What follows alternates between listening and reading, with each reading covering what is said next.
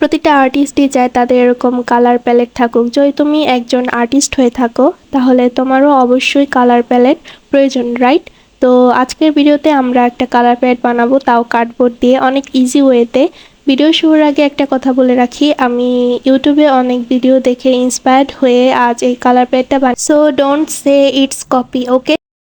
তো চলো আজকে ভিডিওটা স্টার্ট করি।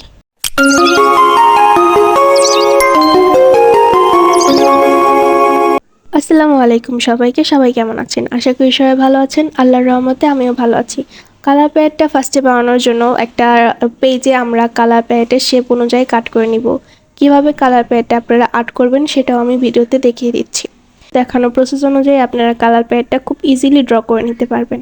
আমারও অনেকদিন ধরে একটা কালার প্যালেটের খুব প্রয়োজন ছিল, তো ভাবলাম আজকে সেটা বানিয়ে ফেলি। ঠিক এভাবে ড্র করে আপনারা একটা কালার প্যালেট ড্র করে নেবেন, দেন সেটা কাট করে নেবেন। আপনারা ছোট বড় যে কোনো শেপে আপনাদের পছন্দ মতন কাট করে নিতে পারেন।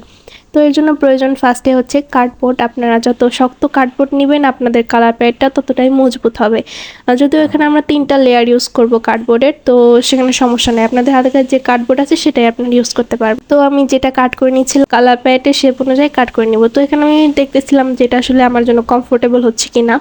তো একই শেপ অনুযায়ী আমি এখানে আরও 2টা কার্ডবোর্ড কাট করে নিয়েছি। 3টা কার্ডবোর্ডকে আমরা একসাথে অ্যাডজাস্ট করে দিব, যা আমাদের কালার প্যালেটটা অনেক মজবুত হবে, অনেক ঠিক হবে, আর সেটা দেখতেও অনেক ভালো লাগবে। তো এখানে আমি দেখতেছিলাম যেটা আসলে আমার কমফোর্ট হচ্ছে কিনা বা আমি একটু শর্ট করব কিনা। তো এটার কাছে আমার কাছে ভালোই লেগেছে।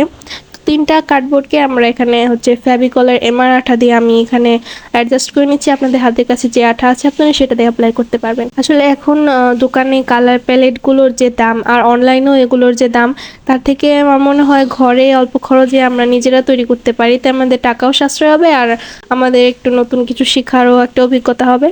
তো আপনার এটা ভারী কিছু দিয়ে ভার দিয়ে রাখবেন। দেন হচ্ছে আপনাদের নর্মাল খাতার ওপরে যে শক্ত কাগজটা রয়েছে আমি সেটা দিয়ে কালার প্যালেটটার উভয় পাশে কভার করে নিই। তো আমিও যখন ফার্স্ট ড্রয়িং করা শুরু করি তখন আমার এরকম একটা কালার প্যালেটের অনেক বেশি দরকার ছিল, বা আমি বড় বড় আর্টিস্টদের দেখতাম এরকম কালার প্যালেটের ওপর তারা কালার রেখে ড্রয়িং করে, সেটা দেখতে অনেক ভালো লাগতো। তো তারপর যখন আমি ইউটিউবে অনেক বেশি টিউটোরিয়াল দেখি এসবের, তখন আমার কাছে বিষয়টা অনেক বেশি ইজি লাগছে যে আমি নিজেও তো এটা ঘরে বসে বানাতে পারি। তো এরকম অনেক কিছুই আছে ড্রয়িংয়ের, বিভিন্ন ম্যাটেরিয়াল, বিভিন্ন জিনিস আমরা ঘরে বসে সেগুলো ইজিলি বানাতে পারি। আর কালার প্যালেটটাও বানানো অনেকটা ইজিভাবে আমি আপনাদেরকে দেখানোর চেষ্টা করেছি, আশা করি সেটা আপনাদের কাছে ভালো লাগবে। তো এখানে এটা ভালোভাবে অ্যাডজাস্ট করার পর, উভয় পাশে কভার করার পর, আমি এখানে হচ্ছে উভয় সাইডে আঠা দিয়ে লাগিয়ে নিব যাতে এটা সুন্দর একটা শেপ আসে কালার প্যালেটের। তো আমি ভিডিওতে সম্পূর্ণটা দেখানোর ট্রাই করেছি, তো সেটা আপনারা দেখলেই বুঝতে পারবেন কিভাবে আপনারা সম্পূর্ণ কালার প্যালেটের শেপটাকে আমরা ঠিক করতেছি। এভাবে করলে কালার প্যালেটে সুন্দর একটা শেপ আসে আর সেটা দেখতেও অনেক বেশি ভালো লাগে। আপনারা হাতের কাছে একটা ব্রাশ, কলম বা যে কোনো যা আছে সেগুলোর সাহায্যে আপনারা এরকম শেপটা আনতে পারবেন।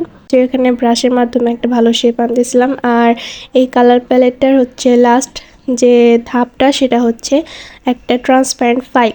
এটা একটা ট্রান্সপারেন্ট ফাইল, হয়তো আপনার সবার বাসায় রয়েছে। তো এই ফাইলে হচ্ছে আমরা কালার প্যালেটের শেপ অনুযায়ী কাট করে নিব, আর এটাই হচ্ছে আমাদের কালার প্যালেটটা বানানোর শেষ একটা ধাপ। এখানে একটু বাড়তি এখানে কালার প্যালেটটার শেপটা একটু বেশি বাড়তি হয়েছে, সমস্যা নেই, সেটা আমরা আঠা দিয়ে লাগানোর পর পরবর্তীতে কাট করে নিব। সেম প্রসেস অনুযায়ী আমি এখানে আঠা অ্যাপ্লাই করে নিচ্ছি। আর কেন জানি এই কালার প্যালেটটা কেন জানি আমার কাছে একটা মাছের মতন মনে হচ্ছিল, যে এরকম একটা মাছ হাত হয়ে রয়েছে।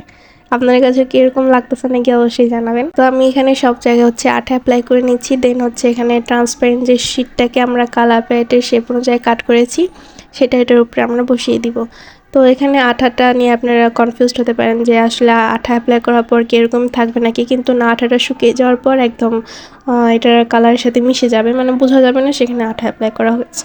আমি হচ্ছে আটাটা ভালোভাবে ব্লেন্ড করে দিয়েছিলাম। আর এখানে এক সাইডে হচ্ছে আমার যেহেতু শীটটা বড় হয়ে গেছিলো সেই সাইজ অনুযায়ী আমি এখানে কাট করে নিই। তো এখানে হচ্ছে আমাদের কালার প্যালেটটা একদম রেডি, আর এটার আঠাটা শুকিয়ে গেলে একদম মিশে যাবে, তো বোঝা যাবে না।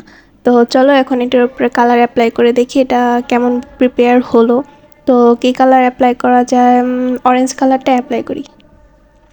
তো এখানে ফার্স্ট কালার অ্যাপ্লাই করার পর কেন জানি একটু আর্টিস্ট ভাইব আসতেছিল। তো একজন আর্টিস্টদের মতন এখন তাহলে কালার প্যালেট একটু ধরে দেখি। अब लग रहा है ना आर्टिस्ट वाली वाइब।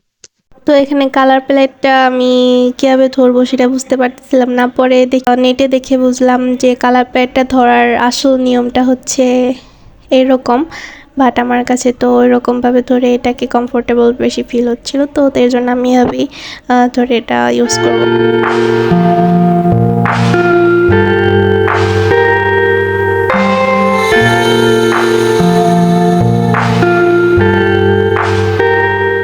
তো চলো এবার তোমরা এটা কীভাবে ক্লিন করবা সেটা দেখিয়ে দেই। নর্মালি তো তোমরা টিস্যু বা কোনো কাপড় দিয়ে এটাকে ইউজ করতে পারো, কিন্তু একেবারে ক্লিন করতে হলে এখানে হালকা একটু পানি ইউজ করে তোমরা ইজিলি এটাকে সম্পূর্ণ ক্লিন করতে পারো। কিন্তু আমার মনে হয় কালার প্যালেটে কালার থাকলে এটা বেশি সুন্দর আর এস্থেটিক লাগে দেখতে। তো যাই হোক, এটা হচ্ছে একদম ক্লিন হয়ে গেল বা পানি ইউজ করার পর কালারটা। আর আমার কেন জানি বারবার এটাকে এভাবে ধরে রাখতে অনেক বেশি ভালো লাগতেছিল।